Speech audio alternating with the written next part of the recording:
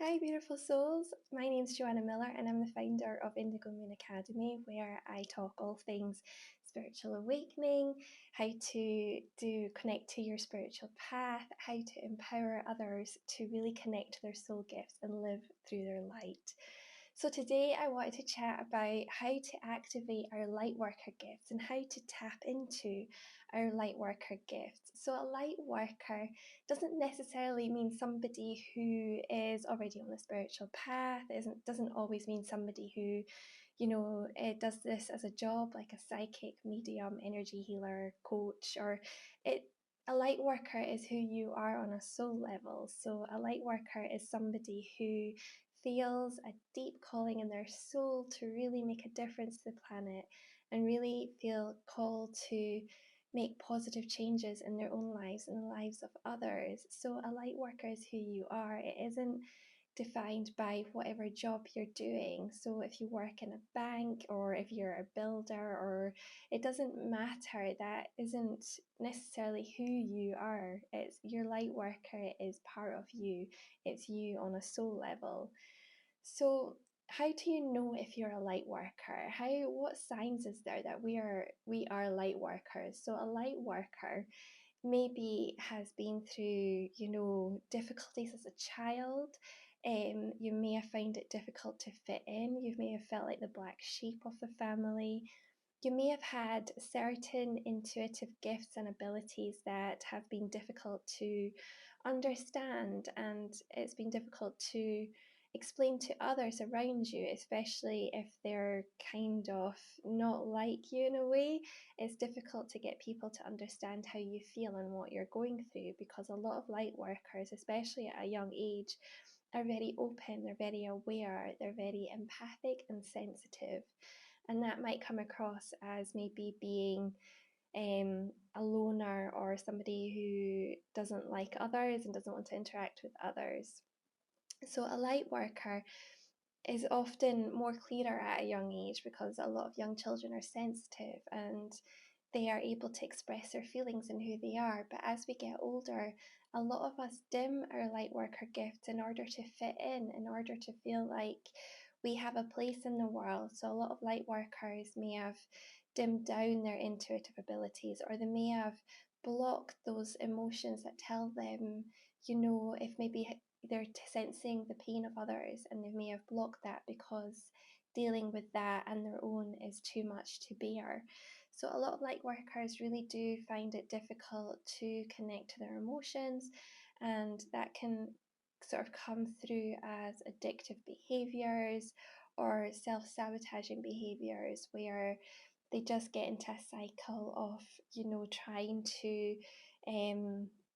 sort of dull their emotions. So a light worker is sensitive, they're often empathic, intuitive, and they may have other spiritual abilities such as clairvoyancy, clairaudience, and a clairsentient.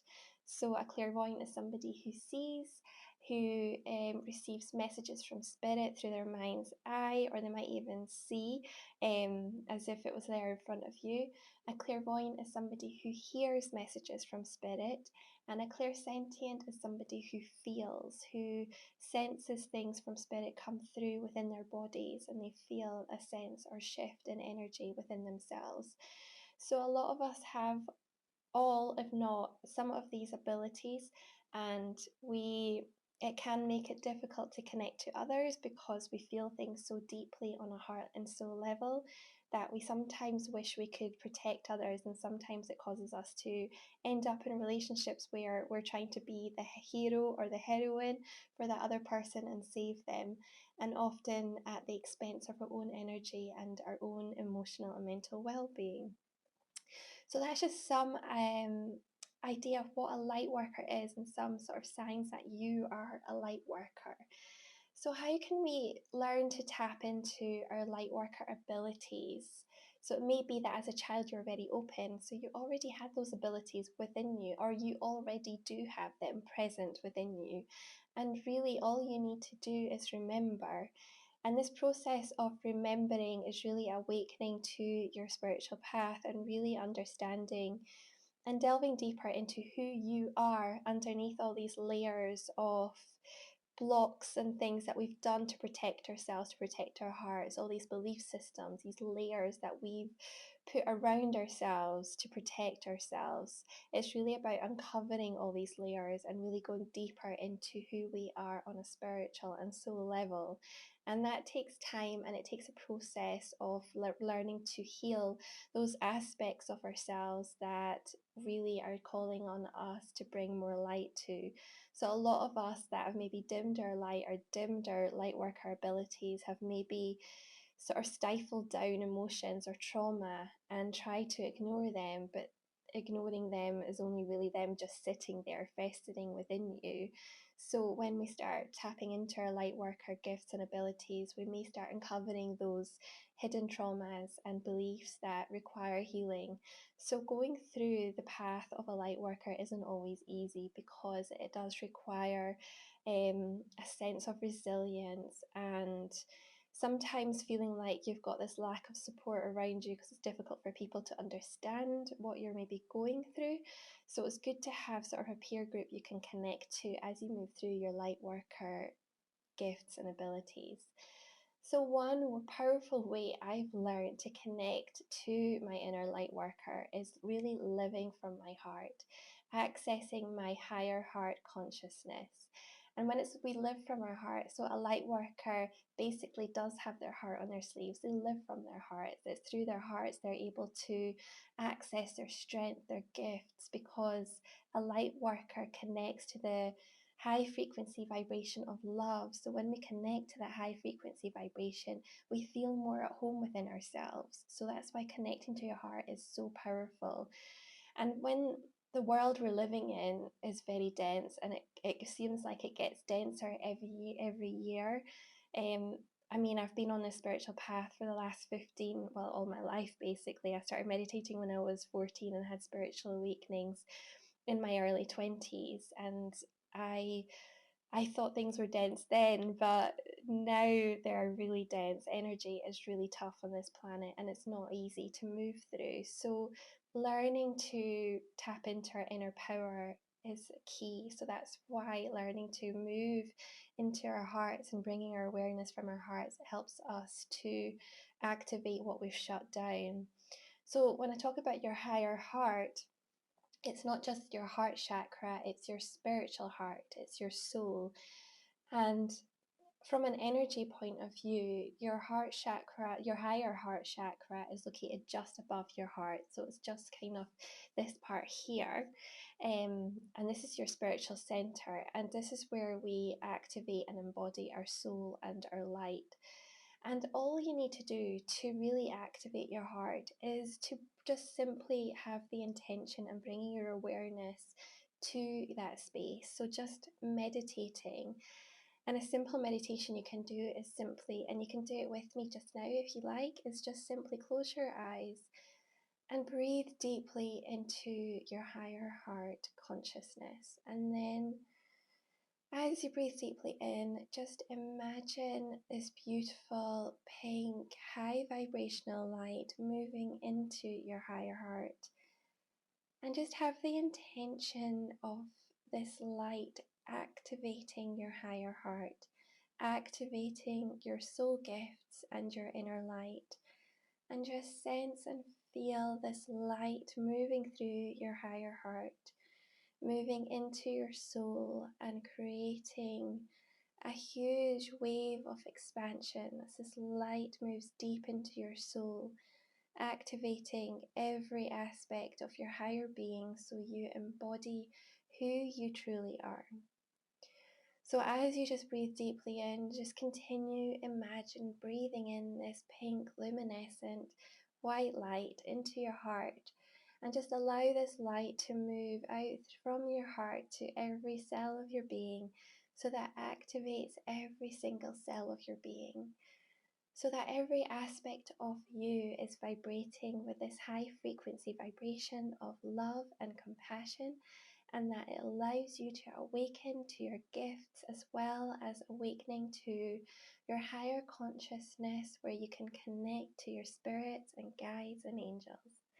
And as we just call in this white light, we also imagine a cascade of white light moving down through into our crown chakra, activating our intuitive abilities and our abilities to see, feel, and hear spirit and angels. And we just move this light through every cell of our body, move this light down through your crown chakra, down through your body, and out through your feet. And just imagine this light expanding outwards so that it fills your whole energy field, so that you are fully embodying and embracing this light energy. So when you ground that light and imagine this simple visualization daily, you start to open up your heart. And in that process, it may open you up to what is required to heal your heart. You may find that you have blocks and belief systems come through your heart that may feel stuck, but the more you work with light, the more you bring it in with higher intention, the more you can clear and activate that space so that you can really tap into your Lightworker gifts. And another way we can move through our Lightworker gifts is activating your intuition. So human beings are all intuitive. I don't care what anybody says. Some people are more intuitive than others because some people are more grounded in earth people. Some people are more into the earth, and that's perfect, and that's exactly what we need. And some of us are intuitive, but we all have the ability, we all have the gift. It's not something that's for just a few people.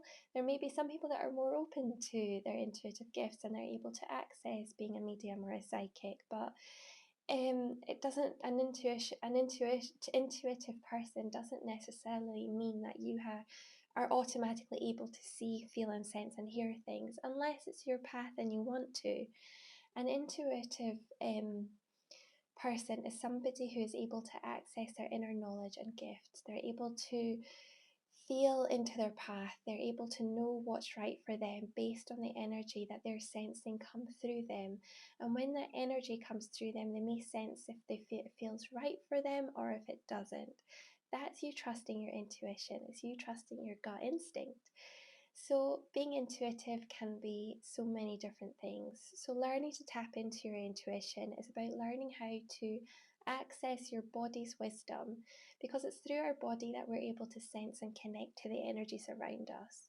We're able to, notice when, if somebody's talking to you, you may get a sense of who that person is, and you may get a sense of, a feeling of, you're not want to step back from that person's energy. Something about them feels not quite right. And you get that in your gut feeling. You get this maybe constrictive, hard feeling in your gut that something's not right. Or you may get this expansion in your heart, this sense of love and connection because you feel this person knows you on a deep level and you know them. And that's your intuition, that's your energy coming through, and you're tapping into that energy. And energy is just frequency, and we can read frequency through our body's wisdom. So learning what your body is telling you is key. So you can simply test your intuition by, if there's moments where you're feeling stuck and you're not sure what path to take or you're not sure what direction to go in, simply ask yourself yes or no questions. Simply ask, is this right for me? And then take a deep breath into your body and sense and feel where in your body you're sensing energy move through. Are you sensing a block? Are you sensing an expansion? Are you sensing that maybe there's messages coming through? Are you getting images or thoughts?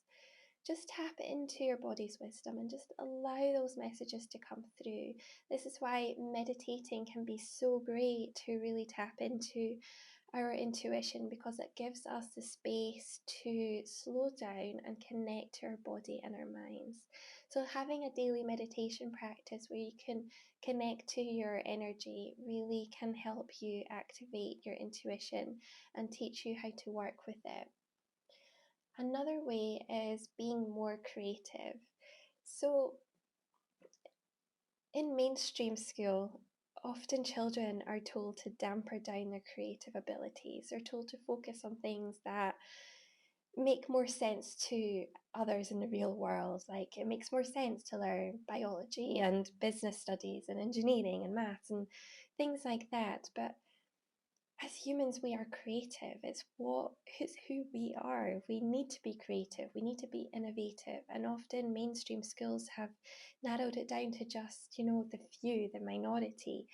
So we need to tap into that. We need to break free from those old belief systems that tell us we can't be creative, because you can. You don't have to be a good painter. You don't have to be a good cook. I'm neither of those things, or a good gardener. My creativity comes when I'm doing this work, when I'm connecting to spirit and I'm channeling, or when I'm writing, or when I'm creating posts for social media, or I'm creating courses. That's where my creativity is, and that's where I tap into my flow, and I feel in connection with my flow, and I feel much happier and more myself when I'm being creative. So the whole strict 9 to 5 way of living doesn't support a light worker. It doesn't support who we are, and it doesn't support us for our creative abilities. It doesn't mean you have to quit your 9 to 5 job at all. It just means that understanding that that is that world, and that's kind of what we need to do to survive. We need to pay bills, we've got responsibilities. But life is also about fun. It's about expansion. It's about joy. It's about learning, to be creative and curious, and not to lose those aspects of ourselves as a child where we were creative, we were curious, we were questioning. So do something fun and spontaneous. Go into flow, try a new hobby, do something that really activates you and makes you expand with joy, makes you smile, makes you, push your boundaries. Do something that really gives you a sense of joy. And a good way to find out what gives you joy if you're not sure is maybe thinking back as a child what you love to do, and write 10 or 20 things, have this list, and then look through the list and see what sparks your joy. What makes you feel like, oh, I'd love to try that. I'd love to do that again. Maybe it was horse riding, or drawing, or creating art out of flowers. It could be anything. There's no limit. Just learn to be curious and not be afraid to try new things, and just explore the world and see it as if you're seeing the world for the first time. And finally, a lightworker's gift comes through most when they're focused on service. And it's that focus on service that I feel like a lot of us feel stuck in, because we often tell ourselves, it's great to be a light worker, and you find that you love doing it so much. You love being a light worker. You love tapping into your intuitive abilities. You love helping others. I started off this path doing oracle readings for friends and family, and I loved the way I was able to connect to people, in a way I was able to give them messages that empowered them. And so I started to follow my gifts, and I started to just do it for the love of it. But then along the way, I often told myself, well, I really should be doing this as a job. I should be making money from this. I should be able to leave my job, my 9 to 5 bank job, and do this full time. And that should be what my light worker gift should be. But then for a while, I focused myself away from service. I got lost in I need to grow my business. I need to do this, this, and this. I need to have a strategy, have a plan. And that kind of sort of had an opposite effect. It made things make me feel stuck. It made me feel like I wasn't getting anywhere, and I felt like a failure, and I lost that connection to myself. And it's only when I started connecting to my spiritual path again, doing meditation, exploring spirituality, because I love ancient wisdom. I love things that it just takes a while for me to sort of understand, but I love learning and I love expanding my knowledge. And when I learned to do that again and forget about this whole trying to make it in the spiritual world and have a spiritual business, instead I focused on my gifts and what I love doing, which is helping others and connecting to others, I started to find my path flowed much easier. I found my intuition flowed, and I found that I was able to connect to the messages I was receiving from my guides and angels more, so that I was bringing through more higher frequency messages that really did help others. So when you let go of, you know, the idea that we should be doing everything all at once, simply ask yourself, well, how can I be of service? How can I really open myself up as an empath and healer? How can I help the world a little bit more? How can I help myself? So when you ask that question and you place it to the universe, just allow the space to come through for the messages. Don't try and control the answer. Don't try and control the outcome. Just instead ask the question and provide the space for the answers to come through, either with meditation or just some quiet time. So understanding that helping others lights you up, but also know that when we give a lot of our energy away, we also need to focus on filling our own cup too, which is why it's so important to find your creative gifts and abilities, find what you can do just for yourself that fills you up, and you can start lighting yourself from within so you can start lighting up others. So learning how to practice self-care and self-love is key for a light worker, and really understanding that you're here to live your joy. And when you live your joy and when you're in alignment with your heart and your soul, then everything else starts to flow, and then life starts to flow in a more natural way, and you start to connect more to your gifts and abilities.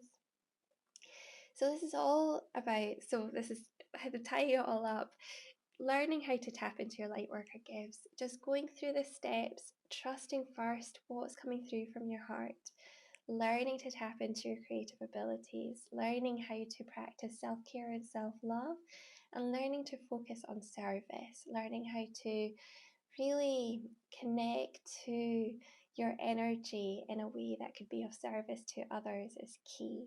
And being a light worker is really all about trusting your guidance, your inner guidance, and seeing your heart as the compass and your soul as your shining star. So I hope this helped you today. Please let me know if it did. If you'd like to delve deeper into your Lightworker journey, as I've mentioned before, I've got a course for Lightworkers, not just for Lightworkers, for empaths, starseeds and creatives, and anybody who wants to deepen their spiritual journey. And this course covers so much, and I loved creating it. And I delved deep into my own inner wisdom and everything I've learned from the past 15 years as an energy healer, a light worker, and an intuitive. And I put all that into one course. So if you'd like to learn more and you'd like to deepen your spiritual journey, then I'll pop a link below for my course, which you can access, and you can access it for a lifetime. And right now the price is only $29.99, so it's super low just now. But I really love creating that course, and it's something that I'm really proud of, and I hope everybody that's gone on to the course has loved it as well, and they've really been able to tap into their abilities and gifts as a light worker. So if you'd like to learn more, I'll pop a link below, and thank you so much for your time, and I hope you have a wonderful day. Bye.